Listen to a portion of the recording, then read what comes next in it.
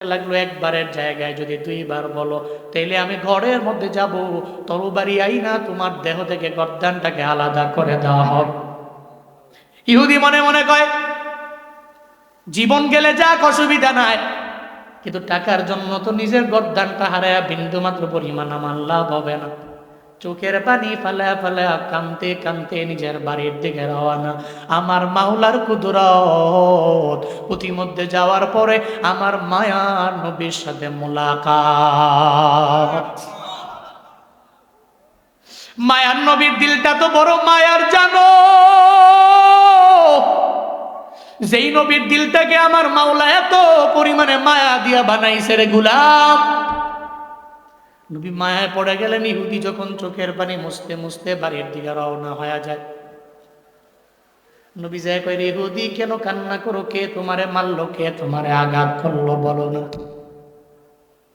ইহুদি কই, আমারে কেউ মারে নাই, তোমারে বইলাও বিন্দু মাত্র পরিমাণ আমার লাভ হবে না। একবার বলো না। বইলা তো লাভ নাই, বইলা ফায়দাও নাই। আবার নবী বলে, আমার একবার বলো না, দেখি তোমারে হেল্প করা যায় কিনা, একটু সাহায্য করা যায় কিনা, একটু সহযোগিতা করা যায় কিনা, আমারে তুমি একটু বলো না। ইহুদি কয়, মোহাম্মদ, আমি আবু জাহালের বাড়ির মধ্যে গেছি, আজ থেকে কয়েকদিন আগে কিছু টাকা পয়সা আমি তার বাড়ির মধ্যে জমা রাখলাম। এখন আমার টাকাটা আনার সময় আমি তার কাছে যাওয়ার পরে সে আমারে চিনি না, আমার টাকাও দেয় না। এই জন্য আমি চোখের পানি ফালাইয়া আমি গরিব হওয়ার কারণে কান্না করতে করতে করতে করতে আমি রওনা হয়ে গেল। আমার মায়ার নবী কয়, ও ইহুদি আয় আয়, আমি তোর সঙ্গে করে নিয়ে ইহুদির বাড়ির দিকে আমি রওনা হয়ে যাব। ইহুদির বাড়ির সামনে দাঁড়াবো। ইহুদিকে সঙ্গে করে নিয়ে যখন মায়া নবী যখন দৌড়াইয়া চলে গেল, আবু জাহালের বাড়ির সামনে দাঁড়াইয়া কয়, আবু জাহাল তুমি বাড়ির মধ্যে আসনি? বলে, কে? বলে, আমি মুহাম্মদ। কে? মুহাম্মদ। তুমি আমার বাড়ি থেকে? সুবহানাল্লাহ পড়ে না মুহাম্মদ? কাহা মুহাম্মদ। আবু জাহাল বেরোয়া দেখে নবীজির পাশে একটু আগে যে ইহুদিরে ধমক দিয়ে তাড়াইয়া দিছে, ইহুদিরে দেখা যায়। ইহুদিরে দেখা মাথা কি গরম না ঠান্ডা? কথা কয় না, ঠান্ডা না গরম?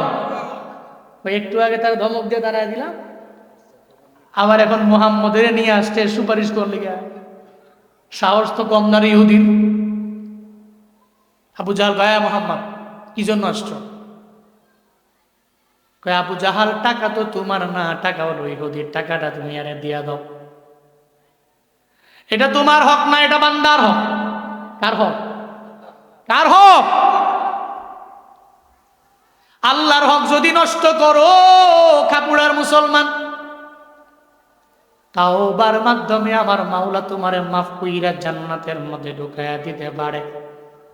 কিন্তু বান্দার হক যদি নষ্ট করে কবরে যাও, হাসরের ময়দানে আল্লাহ বলবে, ও বান্দা তোরে মাফ কইরা জান্নাতের মধ্যে ঢুকাইয়া দিলাম। তুমি জান্নাতে দৌড়াইয়া যাচ্ছ, হঠাৎ করে যাওয়ার পথে খাপুরার এক বান্দা তোমার সামনে দাঁড়ায়া গেল। কই যাস রে কলিমুদ্দিন? বলে, জান্নাতে যাই। কই যাস? জান্নাতে যাই। দাঁড়া, কই যাস? ওই দুনিয়ার 1,00,000 টাকা আগে দে, এরপর যা। হ্যাঁ, কই যাস? কই জান্নাতে। দুনিয়াতে 20,000 টাকা মেরে দিছিলি, নেতার পাওয়ার দেখাইছো, নেতার ভয়ে আমিও চাই নাই, তুইও দেশ নাই, আমি মরে গেছি, তুইও মরে গেছিস, দে এ টাকা আমার, তো দে। বিপদে পড়ে যাবে, একটা বেকায়দায় পড়ে যাবে, টাকা তো নাই, দিবে কি? কয়, আমল নামা থেকে আমল আইনা সেই ব্যক্তির টাকা এই ব্যক্তির আমল দিয়া, নেক আমল দিয়া পরিশোধ করো। একটা পর্যায়ে দেখা যাবে 20,000 টাকা, 30,000 টাকা, 50,000 টাকা পরিশোধ করতে যায় ওই বান্দার জিন্দেগির অর্ধেক নেক আমল তাকে দেওয়া লাগবে। ওদিন আফসোস করবে, টাকা তো নাই, নেক তো দেওয়া লাগবে। দেখা যায় কনফার্ম জান্নাতি এই ব্যক্তিগুলো জাহান্নামে যাবে। সবাই পড়ে নাউজুবিল্লাহ। বান্দার হক, বান্দার হক ইম্পর্টেন্ট। তাফসিরে জালালাইন, 2 জালালের তাফসির, Jalaluddin Suyuti, Jalaluddin Mahmud, 2 Jalal, Jalalan. দুই জালালের তাফসীর, অর্ধেক লিখেছেন সুয়ুতি, অর্ধেক মোহাম্মদ জালালউদ্দিন সুয়ুতি রহমাতুল্লাহ আলাইহি। উনি বলছেন বাগদাদ থেকে একদল হাজি কাফেলা যাচ্ছে হজ করার জন্য বাইতুল্লাহর উদ্দেশ্যে। পথিমধ্যে যাওয়ার পরে একজন হাজি অসুস্থ হয়ে দুনিয়া থেকে বিদায় নিয়ে চলে গেল।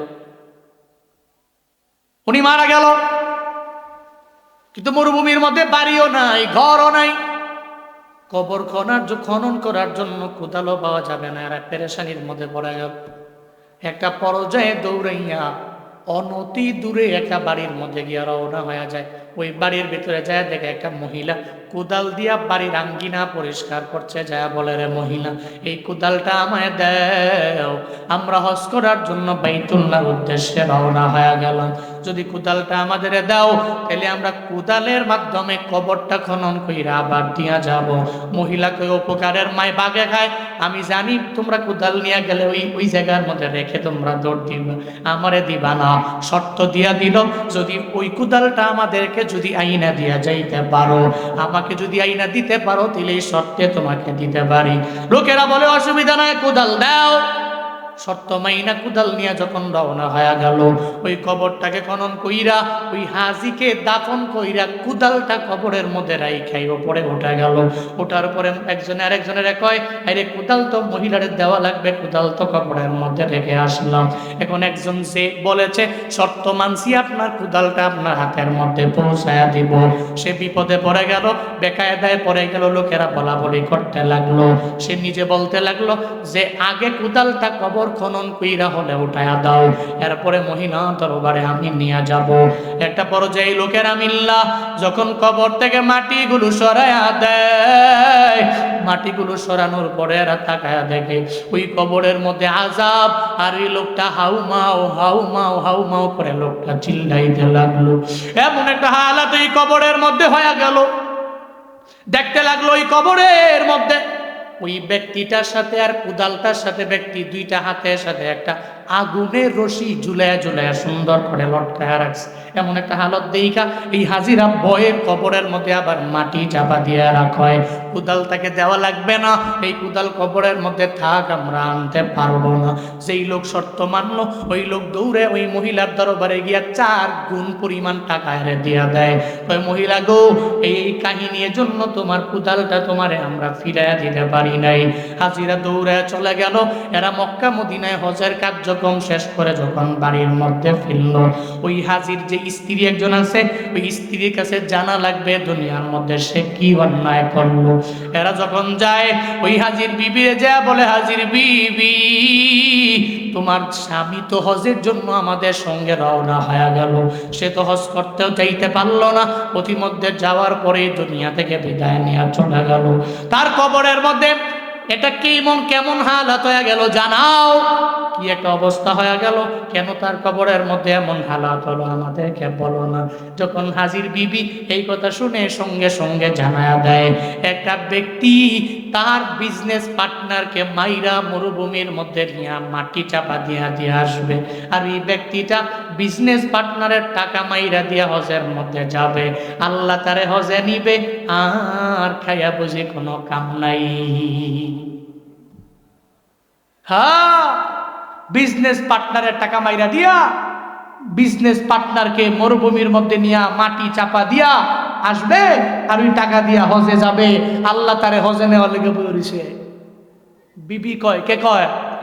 হ্যাঁ, কত বড় বক্তা, কত বড় ধনী, কত বড় অলি, কত বড় পীর, বিবির কাছে যাও সব পেয়ে যাবে। ঠিক কিনা? বিবি কয়, আমার স্বামী তো খারাপ ছিল, সে বান্দার হক নষ্ট করেছে। কি নষ্ট করেছে? বান্দার হক নষ্ট করেছে।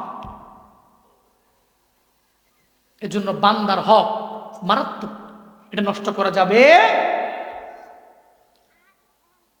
মনে আসেনি নবীজি গেছেন আবু জাহালের কাছে, মনে রাখতে হবে কিন্তু বান্দার হক এটা দিয়ে দেন। আবু জাহাল কয়, সাহস তো কম না, আমি ইহুদিরে ধমক দিয়ে দাঁড়ায় দিলাম, এবং তুমি আইসো আমার কাছে আবার সুপারিশ করলে। ও মুহাম্মদ, তুমি চলে যাও, যদি একবারের জায়গায় দুইবার বলা লাগে তোমাকেও তরবারি দিয়া দুনিয়া থেকে বিদায় করে দেওয়া হোক। তরবারি আনার জন্য আবু জাহাল দৌড়ায়। আমার নবীর সাথে আমার আল্লাহর সম্পর্ক আছে না নাই? আমার মায়ার নবী আল্লাহরে ডাক দিয়া বলে, হে মালিক, আবু জাহালের কাছে আমি ইহুদিকে নিয়ে আসছি। ইহুদি আমাকে বলে নাই, আমি ইহুদিকে নিয়ে আসলাম রে মাওলা। ইহুদিকে ধইরা যে আবু জাহালের দরওয়াজার সামনে এনে হাজির হয়ে গেল। আল্লাহ গো, আবু জাহাল তো আমারে দিতে চায় না। ও আল্লাহ, তুমি যদি চাও, আয় আল্লাহ, তুই টাকাটা উদ্ধার কাজে নিজে একটু সাহায্য সহযোগিতা আমারে করতে পারো। তুমি চাইলেই তো আমার সম্ভব হয়ে যাবে। আমার মায়ার নবী যদি আমার আল্লাহরে ডাক দেয়, আমার আল্লাহ ওই ডাকে সাড়া দিবে কি দিবে না? আল্লাহ পাক ডেকে বলে, ও জিবরাইল চলো। ও জিবরাইল একটা বাঘের মতো ভাব লইয়া আমার নবীর দরবারে পাশে গিয়া দাঁড়ায়া যাও। আল্লাহু আকবার কয় না? এই জিবরাইল বাঘ হও, বাঘের মতো হয়ে আমার নবীর পাশে গিয়ে দাঁড়ায়া যাও। আবু জাহাল তরবারি আইনা বাইরে এসে দেখে একটা পর্যায়ে আমার মায়ার নবী দাঁড়ায় আছে, বাঘ একটা দৌড়ায় নবীর দিকে আসে। আবু জাহাল ডেকে বলে, ও মুহাম্মদ, তুমি যদি না যাও তাহলে বাঘটা তোমার একটু পরে এসেই খেয়ে ফেলবে, তোমাকে দুনিয়া থেকে বিদায় করে দিবে। আমার মায়ার নবী কয়, আবু জাহাল, বাঘ কি আমারে খায় নাকি তোমারে খায়? একটু পরে জানা যাবে, একটু পরে বোঝা যাবে বাঘ কি আমারে খায় নাকি তোমারে খায়। একটু দাঁড়াও, একটু অপেক্ষা করো, দেখি বাঘ কার দিকে দৌড়ায় দৌড়ায় আসে। আমার মায়ার নবী দাঁড়ায় রইল। একটা পর্যায়ে বাঘ যখন দৌড়ায় দৌড়ায় নবীর পাশে এসে দাঁড়ায় গেল। আবু জাহাল দেখে বাঘ শুধু আবু জাহালের দিকে দৌড়ে আবু জাহালে খাওয়ার জন্য যায়। আমার নবী তাকায়া দেখে বাঘ তো যায় না, বরং বাঘ আমার নবীর পাশে এসে দাঁড়ায় গেল। আবু জাহাল দেখে খাওয়ার জন্য দৌড়ায়, আমার নবী দেখে এক জায়গায় দাঁড়ায় আছে, যায় না। আবু জাহাল ডেকে বলে, ও মুহাম্মদ, এই বাঘটারে থামায়া দাও। বাঘ আমারে খাওয়ার জন্য আমার দিকে বারবার দৌড়ায়া যায়। আমার মায়া নবী কয়, না রে, যায় না। না রে আবু জাহাল, বাঘ তো তোমারে খাওয়ার জন্য যায় না, তুমি ভয় পাও না। বাঘ এক জায়গায় দাঁড়ায় আছে। এই যে একটা খেলা, এই যে কুদরত, এটা দুনিয়ার কোনো মানুষ তো দেখাইতে পারবে না। এটা একজনের কুদরত, চিন্না বলো তার না। কার কুদরত? হ্যাঁ, বাঘ কি করছে? দাঁড়ায় আছে। আবু জাহাল দেখে বাঘ খালি হারে খাওয়া লেগাইতেছে। আবু জাহাল কয়, মোহাম্মদ, বাঘ থামাও না। কয়, বাঘ তো একটা দাঁড়ায় রয়েছে। কয়, না, খাওয়ার জন্য আইতাছে। নবী কয়, বাঘের যদি এত ডরাও তাহলে বাঘের মালিকের কেন ডরাও না? বাঘের ডরাও, বাঘের মালিকের ডরাও না? হ্যাঁ আবু জাহাল, টাকা ফিরায় দাও। কয়, মোহাম্মদ আনতেছি, বাঘটারে থামাও। আবু জাহাল ঘরে চলে গেল। যতগুলো আমানতের টাকা আছে সবাই না ইহুদির হাতের মধ্যে দিয়া দিল। এবার নবী কয়, ইহুদি তুমি তোমার বাড়ির মধ্যে চলে যাও, আমিও চলে যাব। বাঘের ভাবে চলে যাবে, কোনো অসুবিধা হবে না। ইহুদি দৌড়ে চলে গেল। আমার মায়া নবীও একদিক দিয়ে চলে গেল। আমার নবী ইহুদি টাকাগুলো হাতে পাইয়া ইহুদি এত খুশি হয়ে মনে মনে চিন্তা ভাবনা করতে লাগলো, হায় রে, কার দল করি? যেই দলের লোকেরা বিন্দু মাত্র পরিমাণ নামানতার হতে পারে না। এই দলের লোকেরা শুধু মানুষের উপরে জুলুম করে, নির্যাতনের মাত্রাটা বাড়ায়া দেয়। একটা পর্যায়ে ইহুদি মনে মনে চিন্তা ভাবনা করে, আবু জাহালের দলে আর থাকবো না। এই আবু জাহালের দলের মধ্যে আমি যাইতে পারিও না, আমি তার দলেও থাকবো না, তার ধর্মের কোনো অনুসারীও আমি হতে পারি না। যেই মুহাম্মদের গালি দিলাম, ওই মুহাম্মদের মতো ভালো দুনিয়ার মধ্যে কেউ হতে পারে না। দৌড়ে চলে গেল আমার নবীর দরবারে, যা বলে, পয়গম্বর, আপনার আখলাক ভালো, আপনার আচরণ ভালো, আপনার চরিত্র ভালো। এতদিন আপনার বদনাম করলাম, এখন থেকে আর আমি বদনাম করতে পারি না। আমারে পড়ায়া দেন লা ইলাহা ইল্লাল্লাহু মুহাম্মাদুর রাসূলুল্লাহ। জিকির করি লা ইলাহা ইল্লাল্লাহ সবাই।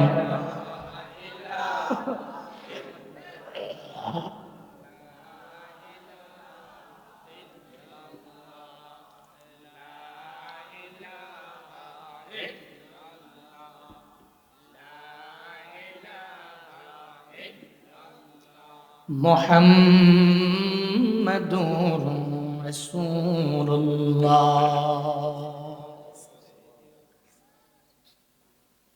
নবীজিকে বলে কালেমা পড়ে আমরা মুসলমান বলে। কি আখলাক, কি চরিত্র, কি আমানতদারিতা! সুবহানাল্লাহ পড়বেন না? নবীর উম্মতেরা যদি খেয়ানতকারী হয়, আমার মনে হয় পৃথিবীর কেউ কষ্ট না পেলেও আমার নবী কষ্ট পায়। কারণ নবী চেয়েছেন মানুষের আমানতগুলো আল আমিন নিজেকে বানিয়ে এগুলোকে সংরক্ষণ করে ঠিক সময়ে মালিকের কাছে পৌঁছে দিতে। কিন্তু নবীর উম্মতেরা খালি চায় কোনো একটা কায়দায় মাইরা দেওয়া যায় কিনা, আর ওয়াদা করে ওয়াদার খেলাফ তো পেয়ে লাভই নাই। এজন্য আগে মানুষ ঋণ দিত, এখন ঋণ দেয় না, ঠিক কিনা? আগে মানুষ ঋণ দিত, এখন দেয় না। টাকা নিচে 5 লাখ, খোদার কসম, রবের ঘরের কসম, 5টা মাস পরে পাইয়া লইবা।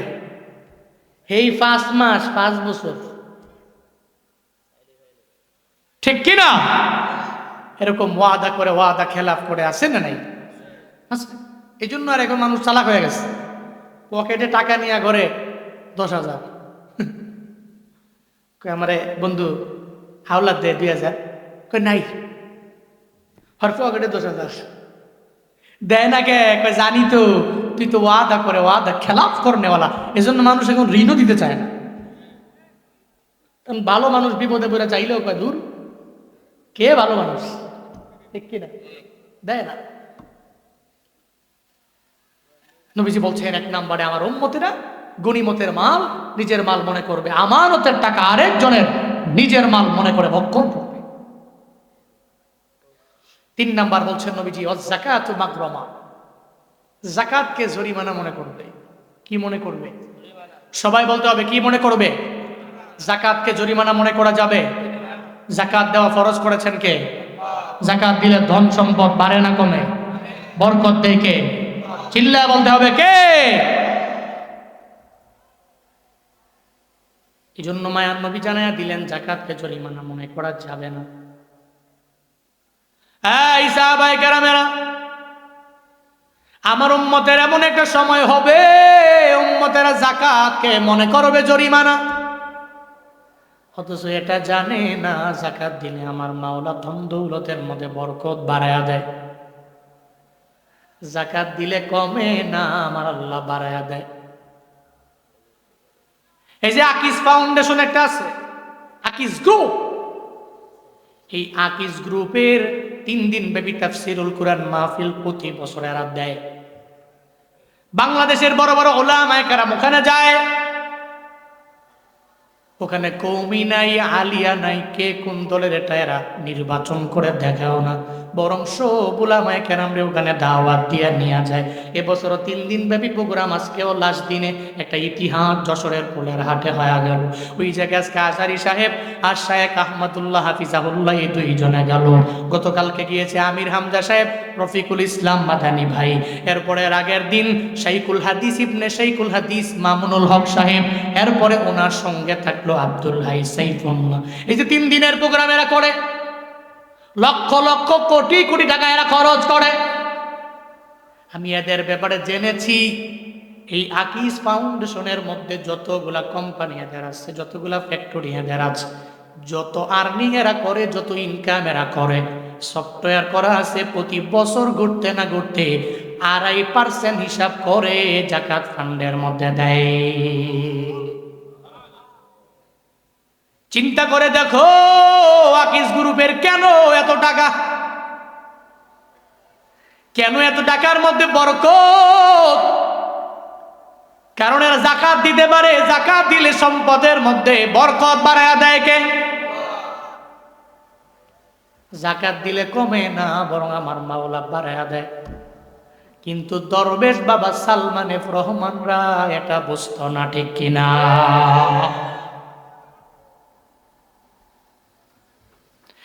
এরা টাকা কামাইলো, বহু টাকার মালিকেরা, কিন্তু জাকাত দেয় ঠিক মতো দেয় নাই বলে পতন আসছে। জাকাতকে জরিমানা মনে করা যাবে না, জাকাত দিলে ধন সম্পদের মধ্যে বরকত বাড়িয়ে দেন কে? এর প্রমাণ আকিজ গ্রুপ, আকিজ ফাউন্ডেশন। এতে সফটওয়্যার আছে, সফটওয়্যারের মাধ্যমে 2.5% হিসাব করে যত ইনকাম আছে অটো ওই সফটওয়্যারের মাধ্যমে কেটে